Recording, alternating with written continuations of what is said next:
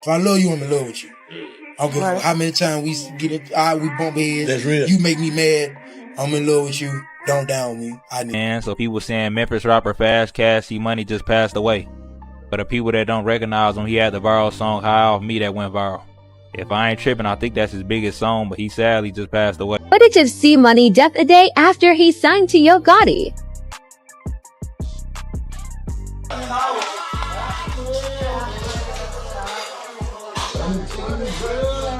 What happened, gang?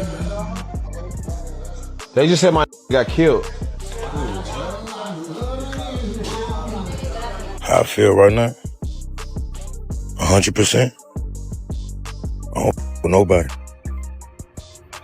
And I'm finna make everybody regret playing with me. Big Boogie just dropped a bombshell that shook Memphis to its core.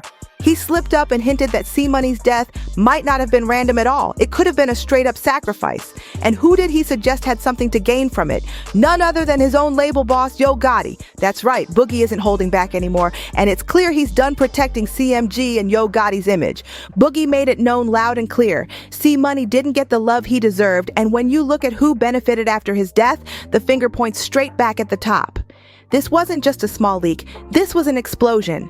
By pulling the curtain back, Boogie lit a firestorm that now threatens to destroy everything Yo Gotti and CMG have built. The writing's on the wall. CMG might be crumbling, and Boogie clearly has no plans to stick around for the downfall. Now fans can't stop asking, was C Money's death just another tragic hit in Memphis streets, or was it the coldest betrayal inside CMG itself? That's the question haunting everybody right now. The whole storm started when Big Boogie posted a video on his socials saying someone was gonna regret ever playing with him. The video was short, no face shown, but his voice was loaded with menace. You could feel the tension in every word, like he wanted to send a message straight to the source. How I feel right now? 100%. I don't fuck with nobody. And I'm finna make everybody regret playing with me. That's all I gotta say. At first, fans were confused, scrambling to piece together who he was aiming at. But then he followed it up with a cryptic IG story that made things clearer. He wrote, "While I'm focusing on my daughter, myself, and my career, I ain't letting nobody get in my way. It's gonna be 2026. I'm changing day by day as a man. People barely ask me about my mental. I barely even talk to anybody now. I don't care to.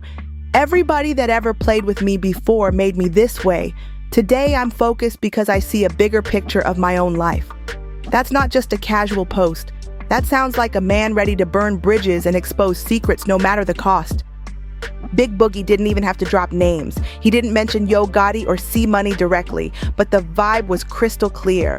The way he sounded numb, fed up, and ready to distance himself told fans everything they needed to know. And once people caught that shade, the dots connected instantly. This wasn't just frustration. This was Boogie saying, "I'm done." And that was the spark that blew this whole situation wide open.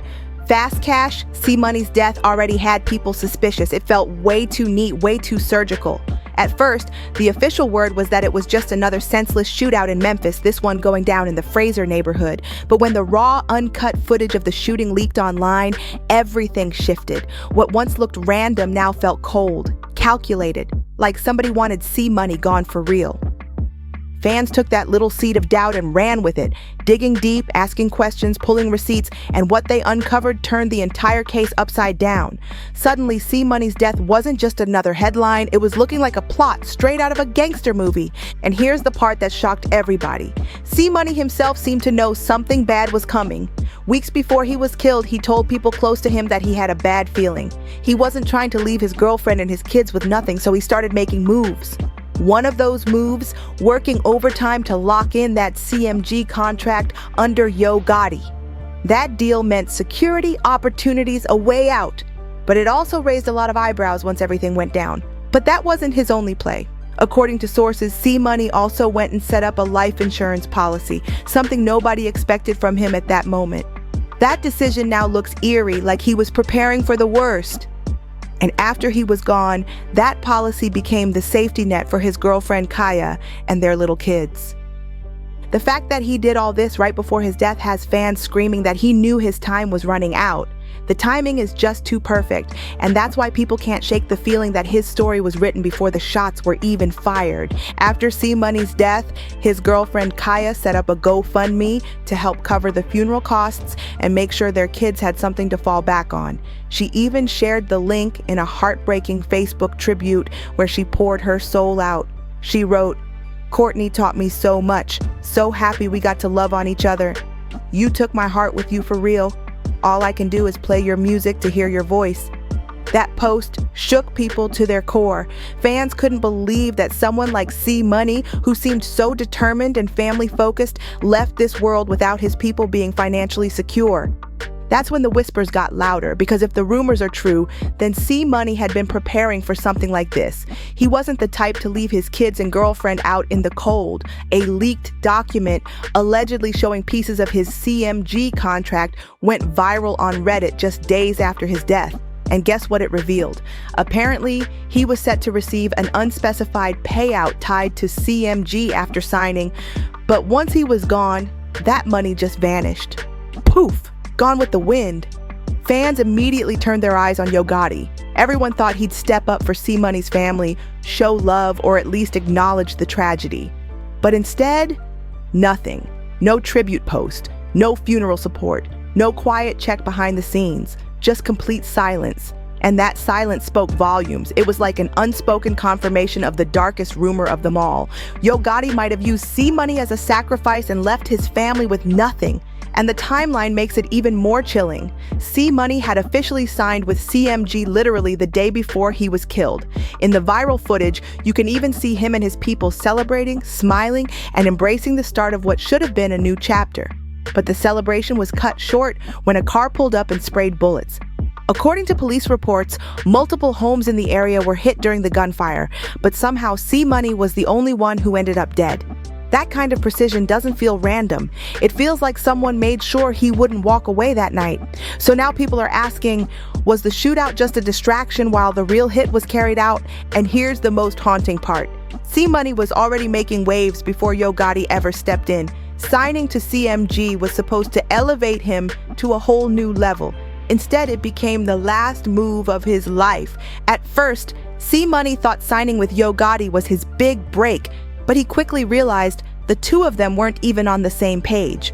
While C Money was thinking about contracts, marketing rollouts, and building a solid career, Gotti acted like it was all casual, like the paperwork and planning didn't even matter.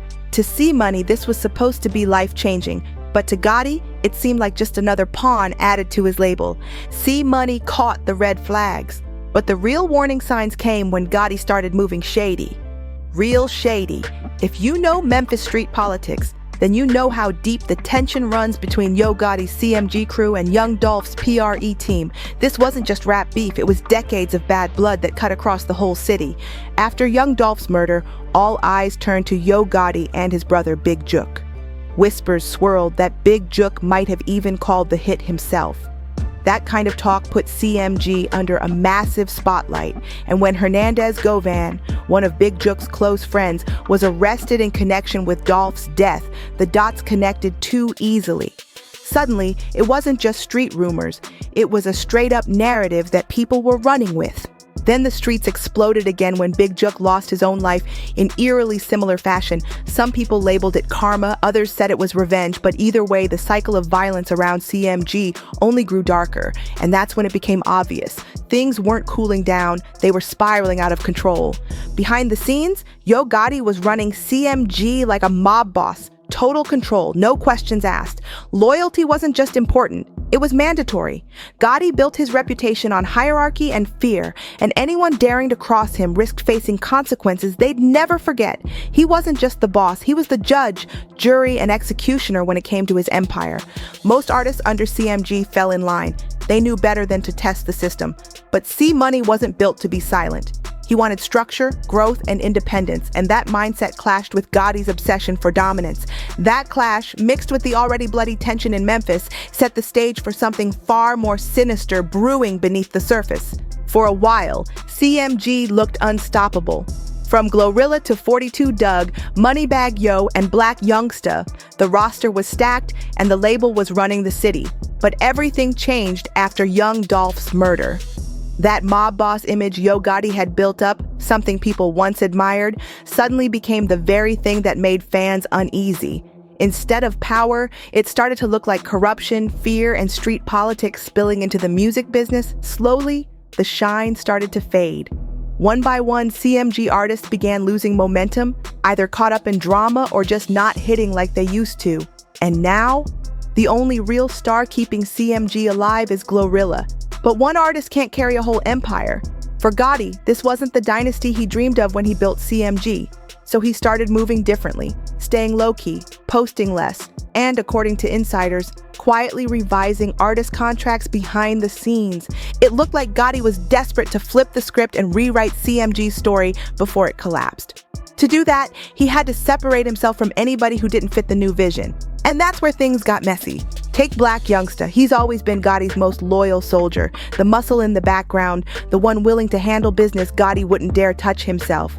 That loyalty was priceless when CMG ran on street politics, but as Gotti tried to shift the label into a new, cleaner direction, Black Youngsta's reputation turned from asset to liability.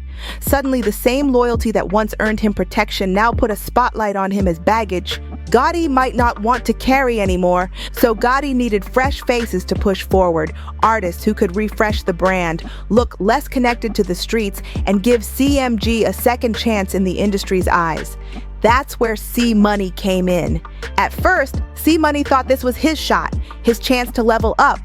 He ignored the red flags, brushed off the uneasy vibes, and told himself that signing to CMG was worth the risk. But as time went on and Gotti's shady moves became more obvious, C-Money realized he wasn't brought in to be the label's next star.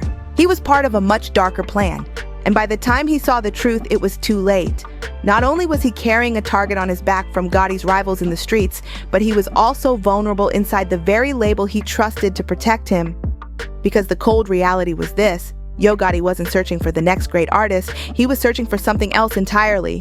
Yo Gotti wasn't looking for a new star, he was looking for an escape plan, and C-Money was the perfect piece in that puzzle. So when news of Fast Cash C-Money's death broke, the entire CMG camp felt the shockwaves, but no one wore the pain more than Big Boogie.